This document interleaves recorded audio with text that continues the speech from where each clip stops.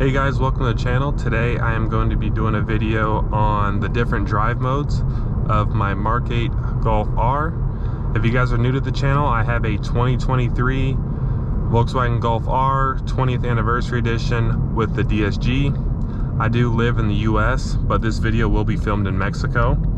And we're going to be going over the different drive modes. So if you guys don't know, it comes with Comfort, Sport, Race, Nurburgring, Drift mode, and Custom mode.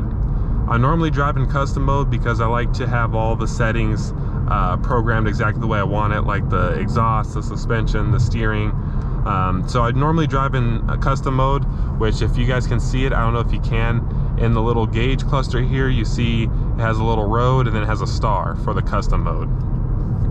So once we get to our little road here in Mexico, we're gonna do a 30 to 100 test and then also a quarter-mile test. I wanna try to be as scientific as possible. So after I do one run, I'm gonna drive around for a little bit to have the car cool off because I don't wanna worry about any sort of heat soak. I'm getting a lot of people in my comments that say that the Nurburgring mode is the best mode, it's the fastest mode, you're gonna run a faster time if you do Nurburgring. So we're gonna test that theory and find out. I'm not gonna test out drift mode because I don't think drift mode is for accelerating in a straight line. And I'm not gonna test out the comfort mode. I'm just gonna do the sport, which is kind of like normal in the Golf R, which is kind of weird because my GTI sport mode was actually the sport mode. In Golf R's, comfort is like an eco mode and sport is like normal. So it's a little weird there, but that's just the way they do it. We're just gonna floor it from a standstill. We're not gonna mess around with traction control or any of that stuff. And we're just gonna see how the car does. For the first run, we're gonna start in sport mode, which like I mentioned earlier, is like normal mode for Golf Rs. So we're gonna go on our draggy, reset. All right, and we're, like I said, we're just gonna floor it. So let's go.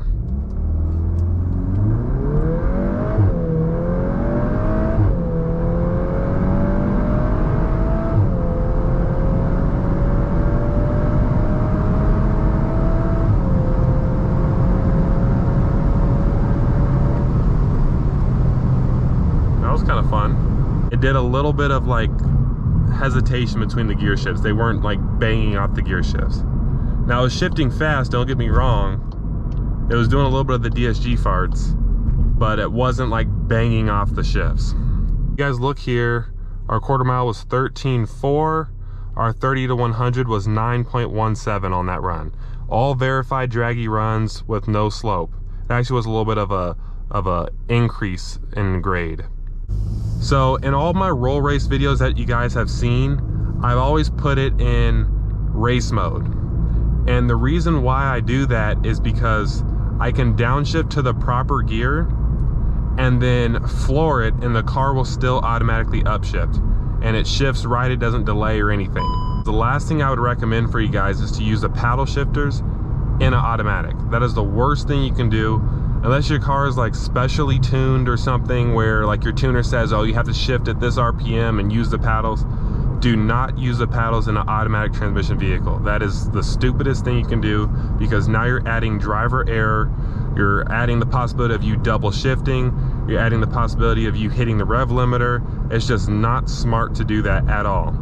So that's why I put it in race mode, shift to the right gear and just floor it and the car shifts it, does it great. All right guys, we're gonna try our run in race mode now. If you guys don't know, if you have a MK8 Golf R, how you put it in race mode, you don't have to go into the settings here. All you have to do is just do a hard press on the R button here and it'll automatically put it in race mode. So now we're in full race. Like I said, not messing with the traction control. Let's reset our draggy and let's just floor it.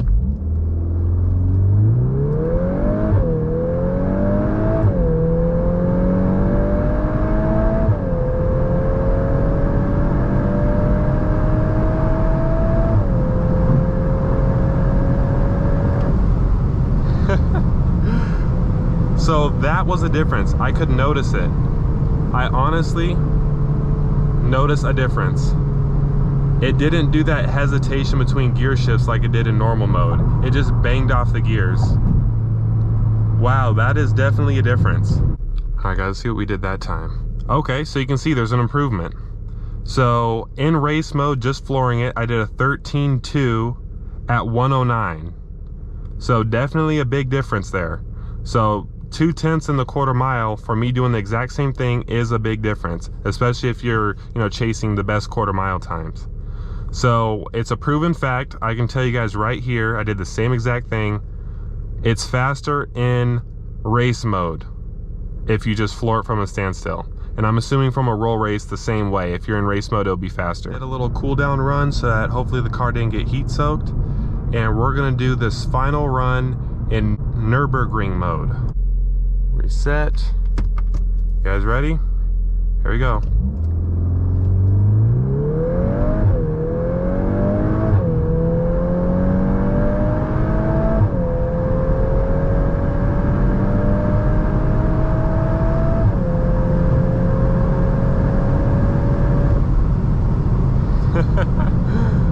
Oh my god, this car is so fun. It's like the perfect amount of power. This is going to be the deciding factor if Nurburgring is indeed the fastest, like people in my comments say that it is. Guess what, guys? Nurburgring did a 13.1, so that was faster.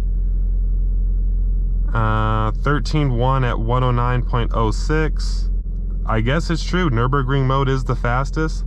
The only downside to Nurburgring mode is that if I were to do a roll race, I'd have to, I guess, put the transmission back in S or something. It'll hit the rev limiter if you're in S+. So if you guys can see that, S+, it'll hit the rev limiter if you're in that mode. If you're in just S, it'll automatically upshift for you. So let's go ahead and do a little example here. I'll show you guys what I'm talking about.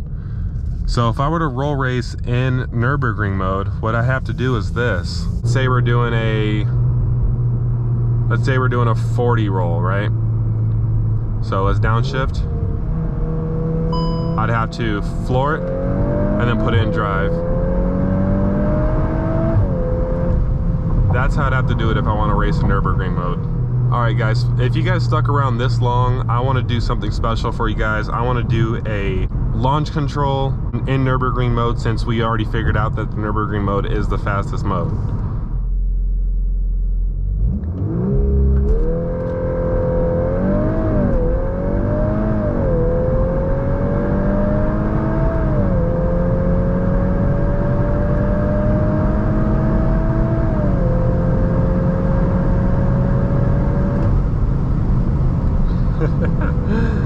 Wow, that's an impressive time.